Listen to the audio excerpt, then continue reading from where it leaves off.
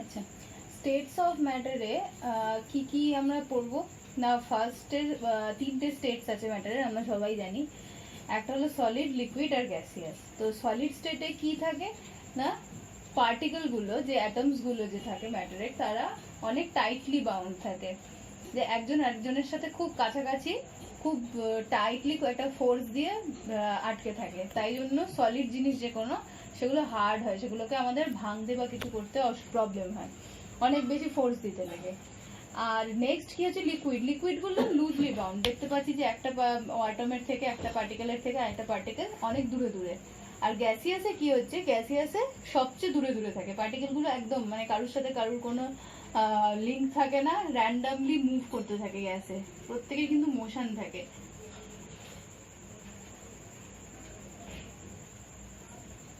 প্রত্যেকের একটা random motion থাকে, এরকম কোনো ব্যাপার না যে এর এদিকে ওর ওদিকে পার্টিকুলার কিছু থাকবে। লিকুইডেও থাকে মোশন, কিন্তু সেরকম কোনো ফিক্স নয় আর সেরকম ফাস্টও নয় লিকুইডের মোশনগুলো।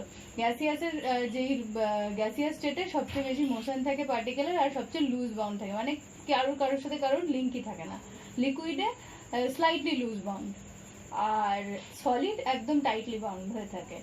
এছাড়া আরেকটা এবারে সলিডের একটা আমরা এই করতে পারি, আরেকটা ক্লাসিফিকেশন করতে পারি, যে ক্রিস্টালাইন আর অ্যামারফাস।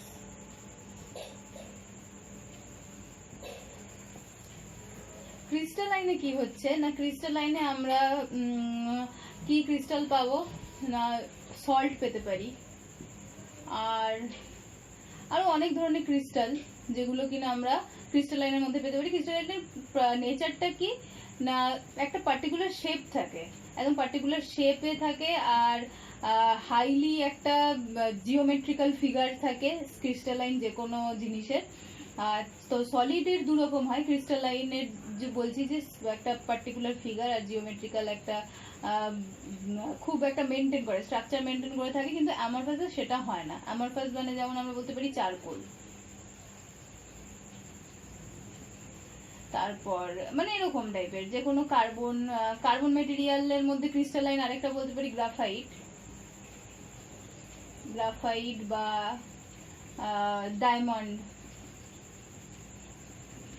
কিন্তু চারকোল, তারপরে এরকম টাইপের যেগুলো কিনা ভেঙে যায় অল্পতে, কোনো পার্টিকুলার শেপ থাকে না, এগুলো অল্প একটু ফোর্স দিলেই ভেঙে যায়, গুঁড়ো হয়ে যায়, গুঁড়ো জাতীয় হয়, সেগুলো কিন্তু অ্যামরফাস, কোনো পার্টিকুলার শেপ থাকে না, জিওমেট্রিক্যাল কোনো ফিগার মেনটেন করে থাকে না। এছাড়াও আরেকটা, এটা তো সলিডের ক্লাসিফিকেশন হলো, এছাড়াও আরেকটা ক্লাসিফিকেশন হয় যেটা কিনা স্টেটস অফ ম্যাটারই, যেটাকে আমরা ফোর্থ স্টেট বলি, সেটা হলো প্লাজমা। প্লাজমা সিলেবাস ইনক্লুডিং নয়, জাস্ট একটু ছোট শর্ট নোটস আছে। প্লাজমা হলো এমন একটা স্টেট যেটা কিনা গ্যাসিয়াস স্টেটের পরে আসে। গ্যাসিয়াস যে স্টেট, তাকে যদি আমরা আরো টেম্পারেচার দিই, অলমোস্ট 10⁷ ডিগ্রি সেন্টিগ্রেড এরকম টাইপের যদি আমরা একটা টেম্পারেচার দিই, তবে গ্যাসিয়াস স্টেটে থাকা কোনো জিনিসের যে পার্টিকেলগুলো, সেই পার্টিকেলগুলোর মধ্যে প্রত্যেকটা অ্যাটম, প্রত্যেকটা ইলেকট্রন, প্রোটন, এদের মধ্যে প্রচন্ড মুভমেন্ট এসে যায়, প্রচন্ড একটা ফোর্স এসে যায়, যারা কিনা র্যান্ডামলি আরো, এমনিতে তো গ্যাসিয়াস স্টেটের পার্টিকেল র্যান্ডামলি মুভ করে, প্লাজমা স্টেটে আরো র্যান্ডামলি মুভ করতে থাকে। আর একটা ইলেকট্রনিক আর একটা মানে ইলেকট্রিক্যাল একটা স্টেট হয়ে যায়, যেটা কিনা গ্যাসিয়াসও নয়, লিকুইডও নয়, কিন্তু একটা স্টেট। মেনলি আমরা যে কোনো স্টার, তারপরে সূর্য, সান, এদের মধ্যে আমরা এই প্লাজমা স্টেট দেখতে পাই, মানে অ্যাবভ গ্যাসিয়াস স্টেট। গ্যাসিয়াস স্টেটের ওপরেও আরো যদি টেম্পারেচার দিই, সেটাকে আমরা প্লাজমা স্টেট বলতে পারি। আচ্ছা, এবার আসছে আয়নিক কম্পাউন্ড। আয়নিক আর কোভ্যালেন্ট দু ধরনের কম্পাউন্ড হয়। কিরকম না, দুটো অ্যাটম কিছু পার্টিকুলার রুলস মেনে রিয়াকশন করে। আর আমরা আগেই পড়েছি যে কোনো রিয়াকশনে প্রোটন বা নিউট্রন, মানে নিউক্লিয়াস পার্ট যেটা, এই পার্টটা কিন্তু কখনো পার্টিসিপেট করে না। নিউক্লিয়াস পার্ট কখনোই রিয়াকশনে পার্টিসিপেট করে না। নর্মাল রিয়াকশন, কেমিক্যাল রিয়াকশন আমরা যাকে বলছি, তাতে করে না। যারা শুধুমাত্র ইলেকট্রন যেগুলো আছে, অরবিটে যে ইলেকট্রন গুলো করে, সেই ইলেকট্রনরাই কিন্তু সবসময় যে কোনো কেমিক্যাল রিয়াকশনে পার্টিসিপেট করে। তো এই ক্ষেত্রে আমরা দেখতে পাই, যখন কোনো দুটো অ্যাটম, যে কোনো দুটো অ্যাটম, দুটো বা তিনটা অ্যাটম জুড়ে যখন একটা কম্পাউন্ড তৈরি হচ্ছে, তখন কিছু রুলস মেনে হচ্ছে। কিছু কিছু অ্যাটম যেটা হচ্ছে আয়নিক কম্পাউন্ড তৈরি করে, কিছু কিছু অ্যাটম মিলে কোভ্যালেন্ট কম্পাউন্ড তৈরি করে। তো এখন আমি আয়নিক কম্পাউন্ডটাই শুধু বলবো, যেমন NaCl suppose, sodium chloride. Sodium ক্লোরাইডে কি হচ্ছে, একটা Na সোডিয়াম অ্যাটম আর একটা ক্লোরিন অ্যাটম Cl, এরা দুজন রিয়াকশন করছে। এরা দুজন রিয়াকশন করে কি হবে, আগে ইলেকট্রন কনফিগারেশনে পড়ার সময় পড়ে বলেছিলাম যে সমস্ত ইলেকট্রন, যে কোনো অ্যাটম তাদের ইলেকট্রন কনফিগারেশনের টেন্ডেন্সি হয় লাস্ট অরবিটে 8খানা ইলেকট্রন রাখা সব সময়। যে কোনো অ্যাটম, সোডিয়াম, ক্লোরিন, হাইড্রোজেন নয়, লাস্ট অরবিট অ্যাকচুয়ালি ফুল রাখা। তো একমাত্র হাইড্রোজেন আর হিলিয়াম ছাড়া বাকি সমস্ত যে অ্যাটম আছে সবারই লাস্ট অরবিটে ম্যাক্সিমাম 8টা ইলেকট্রন থাকতে পারে, তার বেশি থাকতে পারে না, এটাই রুলস। 8টার বেশি ইলেকট্রন লাস্ট অরবিটে থাকতে পারে না। তো হাইড্রোজেন ছাড়া বাকি সব অ্যাটমই চায়, সব এলিমেন্টই চায় তার ইলেকট্রন কনফিগারেশন এমন হোক যে লাস্ট অরবিটে 8টা ইলেকট্রন থাকবে। তো এরকম করতে গিয়ে কি হয় না, সোডিয়াম আমরা দেখতে পাচ্ছি সোডিয়ামের 11টা ইলেকট্রন আছে, তাহলে ফার্স্ট অরবিটে 2টো, সেকেন্ড অরবিটে 8টা, 10, লাস্ট অরবিটে 1খানা ইলেকট্রন। আর ক্লোরিনের কি আছে না, দেখতে পাচ্ছি 17, ফার্স্ট অরবিটে 2টো, তারপরের অরবিটে 8টা, তারপরের অরবিটে 7টা। তো সোডিয়াম কি চাইবে, সোডিয়াম চাইবে ওর যে একটা ইলেকট্রন আছে কাউকে একটা দিয়ে দিতে, যাতে ওর এই অরবিটটা ফাঁকা হয়ে যায়, এবারটা আর থাকবেই না, তখন ওর লাস্ট অরবিট হবে এটা। ও যদি দিয়ে দেয় এই অরবিটটা আর থাকবেই না, তখন ওর এই অরবিটটা লাস্ট অরবিট হয়ে যাবে, সেকেন্ড অরবিটটা, তাতে 8খানা ইলেকট্রন থাকবে। আর ক্লোরিন কি চাইছে, ওর 7খানা আছে, ও তো 7টা দিতে পারবে না, বা সোডিয়ামের পক্ষে 7টা ইলেকট্রন নেওয়া খুব টাফ। ও ক্লোরিন চাইছে যে একটা ইলেকট্রন নিতে, ও যে কারোর কাছ থেকে একটা ইলেকট্রন নিতে চায় যাতে ওর লাস্ট অরবিটে 8টা ইলেকট্রন হয়ে যায়। এবারে নর্মালি কি, যখন এই একটা ইলেকট্রন দিয়ে দিচ্ছে, সোডিয়াম যখন একটা ইলেকট্রন দিয়ে দিচ্ছে, তখন কি হয়ে যাচ্ছে না, সোডিয়াম আগে নিউট্রাল ছিল, কারণ 11টা প্রোটন আর 11টা ইলেকট্রন ছিল। যেই একটা ইলেকট্রন দিয়ে দিল তখন কি হয়ে গেল না, সোডিয়ামের প্রোটন নাম্বার অফ প্রোটন যেটা, সেটা 11টাই রইল পজিটিভ, কিন্তু নেগেটিভ যেটা ইলেকট্রন সে কিন্তু 10টা হয়ে গেছে, কারণ একটা দিয়ে দিয়েছে। তাই কি হয়ে যাচ্ছে, সোডিয়াম তখন হয়ে যাচ্ছে Na+, কারণ আমরা যদি এই প্রোটন আর ইলেকট্রনের নাম্বারকে আমি যদি সাম করি +11 -10, তাহলে আমরা পাবো +1, যেটা কিনা সোডিয়ামের ক্ষেত্রে হয়ে যাচ্ছে। আর ক্লোরিনের ক্ষেত্রে কি হচ্ছে, chlorine normally 17 number of proton, এই ক্ষেত্রে 17 ছিল, আর এদিকে ইলেকট্রনও ছিল 17, কিন্তু ও একটা এক্সট্রা নিয়ে এলো, তার মানে হয়ে গেল ওর 18। তাহলে নেগেটিভ বেশি, পজিটিভ কম, দেন -1, তাহলে ক্লোরিন কি হয়ে যাবে, Cl মাইনাস, একটা ইলেকট্রন বেশি তাই একটা মাইনাস, এর একটা ইলেকট্রন কম তাই একটা প্লাস। তার মানে আমরা বুঝতে পারছি যে ইলেকট্রন ছেড়ে দেয় সে সবসময় প্লাস হয়ে যাবে, কারণ ইলেকট্রন মানে নেগেটিভিটি ছেড়ে দেওয়া মানে পজিটিভ হয়ে যাওয়া। যে ইলেকট্রন নিচ্ছে সে সবসময় নেগেটিভ হয়ে যাবে, সে নেগেটিভিটিকে অ্যাকসেপ্ট করছে, তাই ও নেগেটিভ হয়ে যাচ্ছে।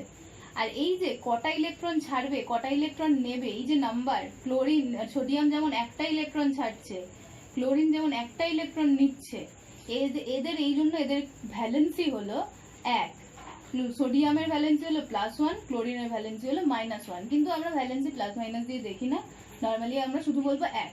তাহলে এই নাম্বারগুলোকে বলা হচ্ছে ভ্যালেন্সি। তাহলে সোডিয়ামের ভ্যালেন্সি 1, ক্লোরিনেরও ভ্যালেন্সি 1, তাই জন্য। আর দুজনের ভ্যালেন্সি 1 এবং এরা অপোজিট, একজন প্লাস একজন মাইনাস, তাই জন্য এরা কিন্তু সবসময় রিয়াকশন করে।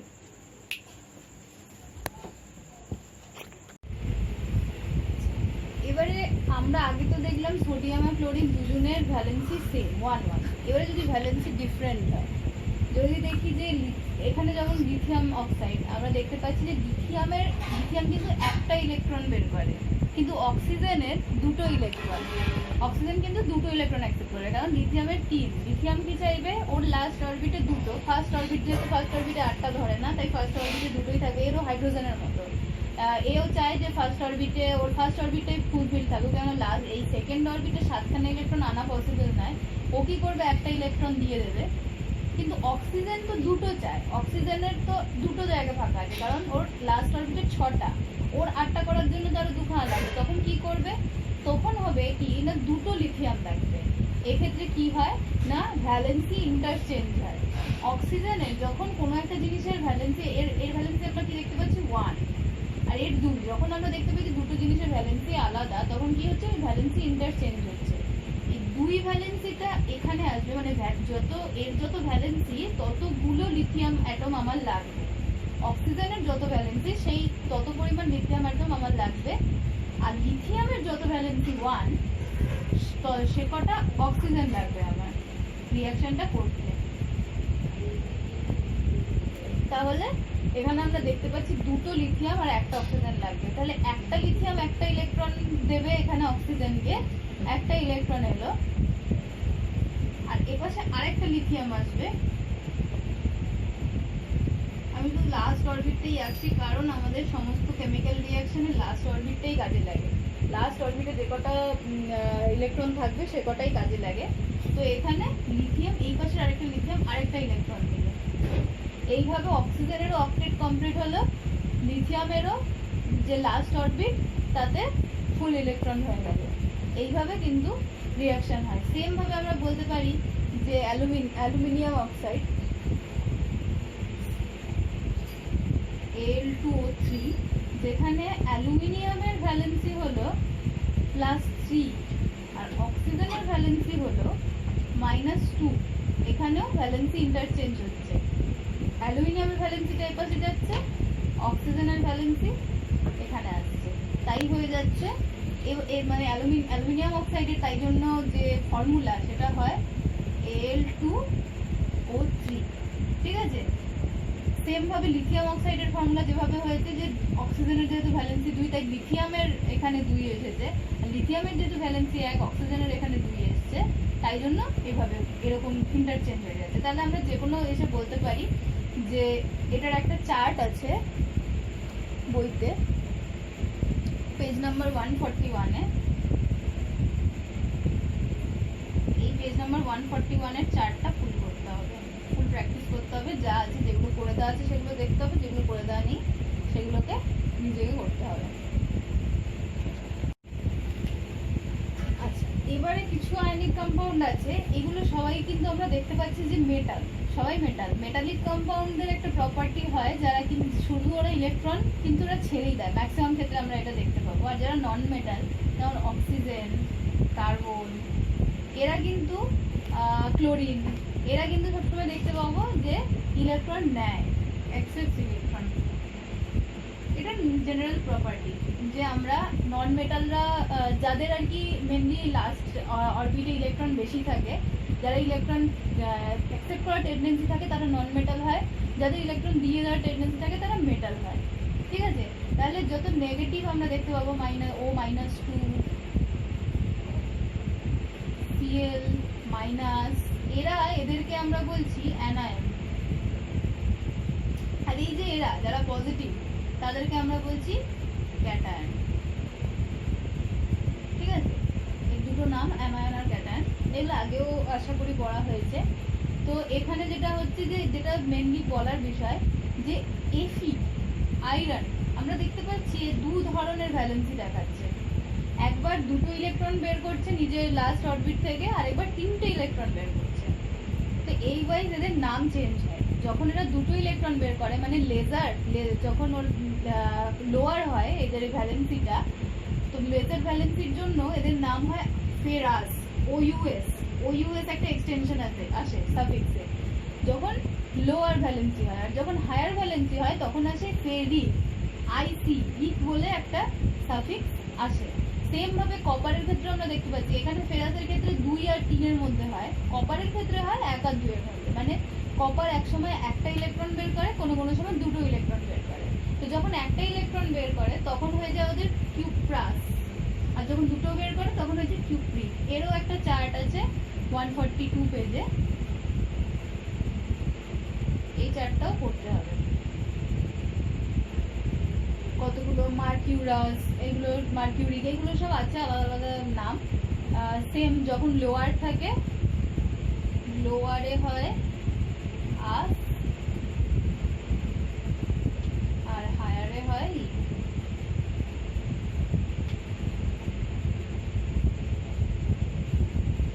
ঠিক আছে, এটা মনে রাখতে হবে। তাহলে আমরা কি কি জানলাম? লোয়ার ভ্যালেন্সি, কিছু কিছু এলিমেন্ট থাকে যারা কিনা লোয়ার ভ্যালেন্সি দেখায়, মানে লোয়ার ভ্যালেন্সি আর ভ্যালেন্সি দু ধরনের ভ্যালেন্সি দেখায়। আর যারা নন মেটালস তারা মেনলি ইলেকট্রন অ্যাকসেপ্ট করে, আর যারা মেটাল তারা মেনলি ইলেকট্রন দিয়ে দেয়, বের করে দেয়, এমিট করে। আর এদের যারা নেগেটিভলি চার্জড হয়ে যায় ইলেকট্রন অ্যাকসেপ্ট করে তাদের বলা হয় অ্যানায়ন। যারা ইলেকট্রন দিয়ে রিজেক্ট করে, বা রিজেক্ট করাটা বলাটা ঠিক না, এমিট করে পজিটিভলি চার্জড হয়ে যায় তাদের বলা হয় ক্যাটায়ন। ঠিক আছে, এরপর আসবে নতুন একটা কনসেপ্ট যেটা কিনা র্যাডিক্যাল। র্যাডিক্যালস কাকে বলে না, যখন দুটো এলিমেন্ট, আমরা দেখতে পাচ্ছি দুটো ডিফারেন্ট এলিমেন্ট, তারা কি করছে না একসঙ্গে জুড়ে একটা সিঙ্গেল এন্টিটির মতো বিহেভ করছে। এখানে আমরা দেখতে পাচ্ছি নাইট্রোজেন আর হাইড্রোজেন। নর্মালি কি হয়, নাইট্রোজেন আর হাইড্রোজেন মিলে অ্যামোনিয়া হয়। নাইট্রোজেনের আমরা দেখতে পাচ্ছি যে -3, মানে এর ভ্যালেন্সি 3, আর এর ইলেকট্রন অ্যাকসেপ্ট করছে। আর হাইড্রোজেন কি করছে, সরি এটা +1 হবে, হাইড্রোজেন কি করছে না ইলেকট্রন দিয়ে দিচ্ছে, ও এমিট করছে।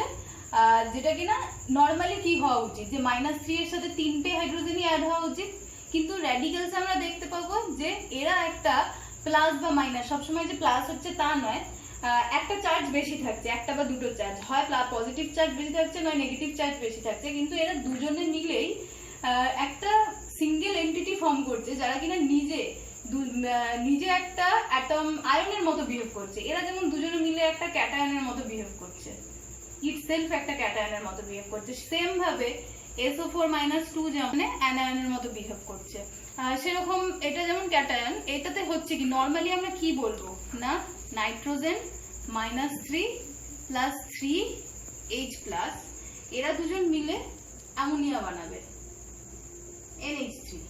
ঠিক আছে, এটা অ্যামোনিয়া, এটাই ন্যাচারাল। এটা যদি হতো সেটাকে আমরা কম্পাউন্ড বলতাম।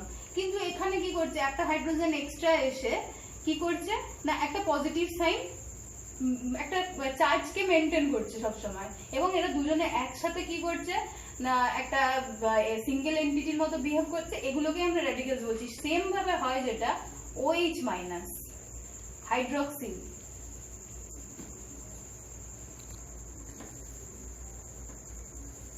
হাইড্রক্সিল, হাইড্রক্সিলে কি হচ্ছে না অক্সিজেন কি হবে, অক্সিজেন একটা অক্সিজেনের সাথে -2, এটার সাথে দুটো হাইড্রোজেন জোড়া উচিত ছিল, কিন্তু না, এখানে একটা হাইড্রোজেন জুড়ছে, যার ফলে কি হয়ে যাচ্ছে একটা নেগেটিভ চার্জ বেশি থাকছে, কিন্তু এই পজিশনই স্টেবল। এরা দুজন একসাথে এভাবেই একসাথে জুড়ে একটা সিঙ্গেল এন্টিটি হয়ে র্যাডিক্যালস ফর্ম করছে। এরকম আরো অনেক এক্সাম্পল আছে, যেটা পেজ নাম্বার 144 একটা চার্ট আছে, এই পুরো চার্টটা করতে হবে। 144 143 দুটো পেজেই আছে, মার্ক করে দেবো। ওই চার্টটা কিন্তু পড়তে হবে পুরো, এবং প্রত্যেকটা এক্সাম্পল মনে রাখতে হবে। ওখানে একটা ইকুয়েশন করে দেওয়া আছে যে কিভাবে কি হচ্ছে, যেমন এখানে আমি একটা দেখিয়েছি যে এটা 3 এটা 4 আসছে, এখানে এটা 1 হাইড্রোজেন আর অক্সিজেন একটাই থাকছে, কিন্তু তবুও একটা চার্জ বেশি হচ্ছে। এরকম ভাবে অনেকগুলো এক্সাম্পল দেওয়া আছে, সালফেটের এক্সাম্পল দেওয়া আছে, আরো অনেক কিছু দেওয়া আছে, ওগুলো সব পড়তে হবে। তো র্যাডিক্যালস কমপ্লিট। আচ্ছা, প্রপার্টিস অফ আয়নিক কম্পাউন্ডস, 5টা প্রপার্টি আছে মেনলি। ফার্স্ট হলো যে এখানে ক্যাটায়ন আর অ্যানায়ন্স গুলো খুব ডেফিনাইট প্যাটার্নে অ্যারেঞ্জড হয়ে থাকে। কিভাবে কি হয়, যেটা এক্সাক্ট যে কি প্যাটার্ন বা কিরকম থাকে, কি স্ট্রাকচার থাকে, যখন কোভ্যালেন্ট কম্পাউন্ড আয়নিক কম্পাউন্ড দুটো পড়াবো তখন ওরা ডিটেলসে বলবো। আপাতত এই পয়েন্টসটা মনে রাখতে হবে যে ক্যাটায়ন্স আর অ্যানায়ন্স খুব ডেফিনাইট প্যাটার্নে সাজানো থাকে, আর total charge of cation equals to total charge of anion সব সময়। সেটা তো দেখালামই যে কারুর ভ্যালেন্সি যদি 2 হয় তাকে সেটাকে ইকুয়েট করার জন্য ওয়ান ভ্যালেন্সির দুটো অ্যাটম আমাদের দরকার হবে, মানে কারুর ভ্যালেন্সি -1 আর কারুর একারই ভ্যালেন্সি +2, তখন এটাকে এটা দিয়ে ইকুয়েট করার জন্য এটার দুটো দরকার আমাদের। আর এটার সাথে তাহলে -1 যদি দুটো পাই তাহলে -1 × 2 করলে -2 হয়ে যাবে, সেটা +2 একটা +2 এর সাথে ইকুয়েট হবে, কিন্তু টোটাল মাইনাস চার্জ আর টোটাল প্লাস চার্জ সবসময় সমান হবে। তার নেক্সট পয়েন্ট হলো যে soluble in water, naturally ionic compound যেগুলো সেগুলো সলিউবল ইন ওয়াটার হয়, কিন্তু কিছু কিছু এক্সেপশনস থাকে।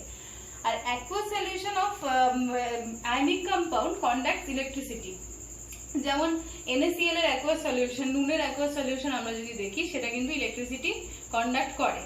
যেসব কম্পাউন্ডগুলো, যেটা এটা বললাম যে জেনারেলি আয়নিক কম্পাউন্ডস ওয়াটারে সলিউবল হয়, যেসব কম্পাউন্ডগুলো ওয়াটারে সলিউবল হয় তারাই কিন্তু ইলেকট্রিসিটি কন্ডাক্ট করে, যারা হয় না, এক্সেপশন যেগুলো আছে তারা কিন্তু করে না। আর নেক্সট পয়েন্ট হলো মেল্টিং পয়েন্ট আর বয়লিং পয়েন্ট কিন্তু খুব হাই হয়। এটার কারণ হলো আয়নিক বন্ড সবসময় খুব স্ট্রং বন্ড হয়, একজন যখন ইলেকট্রন দিয়ে দিচ্ছে একজন যখন নিয়ে নিচ্ছে, ওটা তাদের সবচেয়ে স্টেবল কন্ডিশন। মানে কোনো একটা অ্যাটমের থেকে অ্যানায়ন ক্যাটায়ন কিন্তু অনেক বেশি স্টেবল। এটা খুব কোয়েশ্চেন আসে যে কে বেশি স্টেবল, অ্যাটম না আয়ন, অ্যাটম বেশি স্টেবল না আয়ন বেশি স্টেবল। সবসময় এটা জানা উচিত যে আয়ন বেশি স্টেবল হয়, কারণ আয়ন যখন সে ফর্ম করে সে স্টেবল হওয়ার জন্যই আয়ন ফর্ম করে, অ্যাটম কিন্তু স্টেবল হয় না। কিন্তু হ্যাঁ, অ্যাটম যেহেতু নিউট্রাল হয় তাই ও ওরকম ভাবে ফ্রিলি থাকতে পারে, আয়ন যেহেতু নিউট্রাল হয় না, ওর একটা চার্জ থাকে, তাই আমরা আয়নকে ন্যাচারালি ফ্রিলি পাই না। কিন্তু যখন দুটো আয়ন একটা কম্পাউন্ড তৈরি করছে তখন কিন্তু তারা সবসময় খুব স্ট্রং হয়ে থাকে, বন্ডিংটা খুব স্ট্রং হয়, মেল্টিং পয়েন্ট আর বয়লিং পয়েন্ট তাই জন্য খুব হাই হয়। এই 5টা পয়েন্ট বইতে মার্ক করে দেবো, সেটা থেকে পড়তে হবে।